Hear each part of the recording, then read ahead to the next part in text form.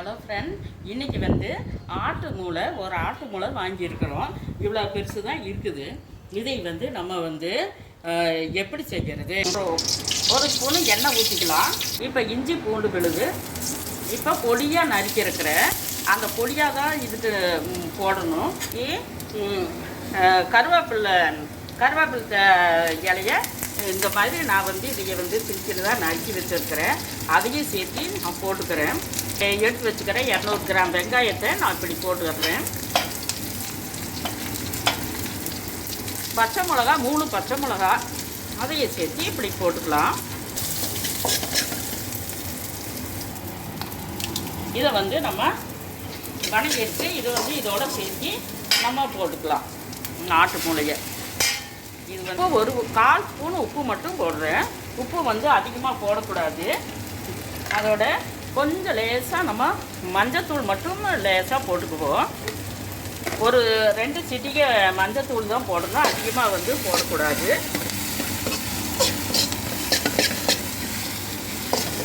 இப்போ ஆட்டு மூளை அது சீக்கிரமாக வெந்துரு.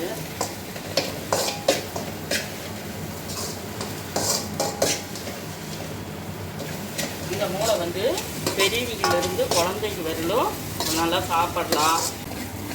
பிரெயினுக்கு ரொம்ப நல்லது. தண்ணியே விடக்கூடாது, நல்லா மூழ்கி வைக்கக்கூடாது. நம்ம திறந்த இந்த கடாயிலேயே நல்லா வறுத்தரலாம். தண்ணி விட்டு நம்ம வறுத்தோம்னா டேஸ்ட் அவ்வளோ வராது.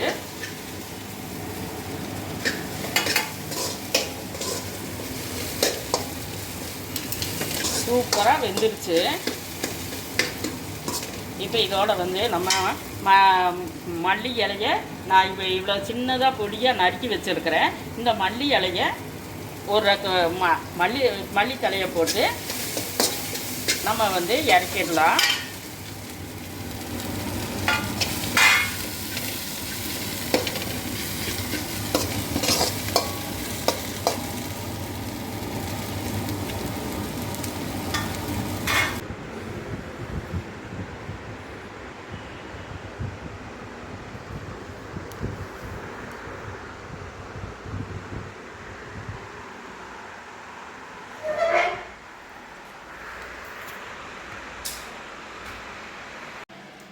இப்போ ஆட்டு மூளை சூப்பராக ஆயிடுச்சு. சூப்பராக வறுத்துட்டோம். இப்போ அது எப்படி இருக்குது அப்படின்னு சொல்லி டேஸ்ட்டு பண்ணி பார்ப்போமா? சூப்பராக இருக்குது ஃப்ரெண்ட்ஸ். இதே மாதிரி நீங்களும் செஞ்சு பாருங்கள். பாய்.